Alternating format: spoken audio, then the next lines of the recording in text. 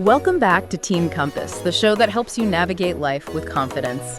And you guys know we love to get your input on what topics you're wrestling with. So thanks for sending in all your questions and articles and even some notes, all kind of circling around this one big thing. Yeah, and it seems like a lot of you are starting to think about, finances and money and all that. Totally. And a big question mark seems to be around credit cards. Uh-huh. Are they like a trap waiting to happen, or can they actually be a tool that helps you out? That's exactly what we're diving into today.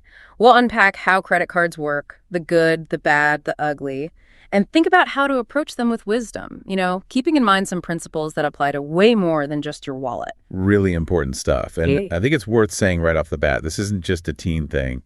I mean, so many adults are still figuring this out too. For sure. So first things first, what exactly is a credit card? You sent in a bunch of stuff that explains this, but can you break it down for us? Basically, a credit card lets you borrow money from like a bank or a credit union to buy things. The key here is that it's borrowed money. Okay, so that's different from my debit card. Exactly. A debit card uses the money you already have in your checking account. Got it. So with credit, the bank's fronting you the cash temporarily, but then we got to pay them back, right? Right. And that's where things can get tricky if you're not careful. See, if you don't pay the money back within a certain time, they start charging you interest. Interest. Okay, that sounds kind of scary. It can be. Think of it like this. You're paying extra for the convenience of borrowing that money, and it can add up fast. This makes me think of that verse in Proverbs chapter 22, verse 7, about the borrower being a slave to the lender. Yeah, that's a powerful one. It highlights the potential downside of debt if it's not handled responsibly. So debt can be a burden, but your notes also mentioned that credit cards can have some advantages. Like, what's the deal with this whole credit score thing? Yes. A good credit score is crucial for all sorts of things later in life. Think about getting a loan for a car, or maybe even a mortgage for a house. Lenders look at your credit score to see how reliable you are at paying back borrowed money. So it's kind of like building a reputation as someone who's responsible with money. Precisely. And using a credit card responsibly and paying it back on time is one way to start building that positive credit history. Okay, makes sense. What else? Another plus, especially in this digital age, is the added security you get with online purchases. Credit cards usually have much better fraud protection compared to debit cards. Oh, that's good to know. Yeah. So if your credit card info gets stolen and someone makes fraudulent charges, you're often not responsible for the full amount, sometimes not any of it. That's a relief. Your notes also mentioned something about using credit cards as like an emergency safety net. How does that work? It's true. They can be helpful in a pinch. Like, imagine your car breaks down and you need a costly repair. If you don't have the cash on hand, a credit card could cover it. I see. But, and this is a big but, this only works if you have a solid plan to pay off that balance quickly. Right. So you're not just delaying the inevitable. Exactly. Otherwise, you end up paying more in the long run because of those pesky interest charges. Okay, that makes sense. And then there's the whole rewards and benefits thing, right? Cashback, points, all that jazz. Yeah, a lot of credit cards offer these perks to entice people. And they can be pretty sweet if you're disciplined and pay off your balance every month. It's like getting a little bonus for stuff you were going to buy anyway. Exactly. But the key is to not get carried away by the rewards and end up spending more than you normally would just to chase those points. Because then the interest might wipe out any of those benefits you earned. You got it. Okay, so there's some potential upsides if you're super careful. But you sent in some articles that also highlight some serious dangers. So let's dive into those. Okay, well, let's talk about those high interest rates again. If you don't pay off your entire credit card balance each month, you start getting charged interest on the remaining amount. And those rates can be pretty steep, right? Oh, yeah. Often way higher than other types of loans. Yeah. That means you could end up paying way more for your purchases than you originally planned. Yikes. It's like the item just keeps getting more expensive the longer you take to pay it off. Exactly. And then there's the whole overspending trap. Swiping a card just doesn't feel the same as handing over cash. True. It's easy to lose track when you're not physically seeing the money leave your hands. Right. It can lead to impulse purchases and a disconnect from your actual spending.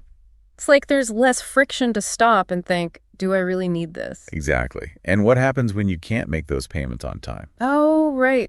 Late fees. Those can really hurt. Not only do they add to your debt, making it harder to pay off, but they can also ding your credit score, making it harder to get loans in the future. Ouch. It's a vicious cycle. You miss a payment, get hit with fees, Your debt grows, and it becomes harder and harder to catch up. So you've got interest piling up, temptation to overspend, and then late fees on top of that. That sounds like a recipe for some serious stress. It absolutely can be. Long-term credit card debt can weigh you down for years, preventing you from saving for your goals or investing in your future. And there was a verse from Romans in your notes that seemed to speak to this. Yeah, Romans chapter 13, verse 8 says, "Let no debt remain outstanding except the continuing debt to love one another." It's a good reminder to be responsible with our finances and avoid unnecessary debt that can hold us back. Okay, so we've covered the risks. But what if someone decides that a credit card might be a good option for them down the line? What are some smart ways to use them and avoid falling into those traps? Well, the number one rule, and this cannot be overstated, is to only spend what you can afford to pay back in full each month. So think of it like your debit card. You wouldn't swipe your debit card if you didn't have the money in your account, right? Exactly. Same principle applies here. If you don't have the money to cover a purchase right now, you probably shouldn't be putting it on your credit card. And then the next step is to make sure you pay off the entire balance every month. Absolutely. That's the golden rule. Pay it off in full by the due date, and you avoid those interest charges completely. You're essentially using the card as a convenient payment method, not as a way to borrow extra money. Makes sense. What about setting some limits for yourself? That's a great idea. Decide on a spending limit each month and stick to it. It could be lower than your actual credit limit, but having that boundary helps you stay in control. It's like putting guardrails in place to keep your spending on track. I like that analogy. And when it comes to the types of purchases, it's generally wiser to use credit cards for needs rather than wants. Like essential things versus impulse buys. You got it. That cute top you saw online might seem tempting in the moment, but those little unplanned purchases can really add up and contribute to a bigger balance that you'll have to pay off later. And finally, don't forget to actually read the fine print before signing up for a card. So important. Understand the interest rates, the fees, the penalties. Know what you're agreeing to. That way, there are no surprises down the road. Reminds me of that verse in Luke chapter 14, verse 28, about counting the cost before building a tower. Oh, that's a great connection. It's about being prepared and understanding the implications of our decisions, especially when it comes to finances. Now, credit cards aren't the only kind of debt out there, right? Your notes mentioned some other forms of borrowing that we might encounter.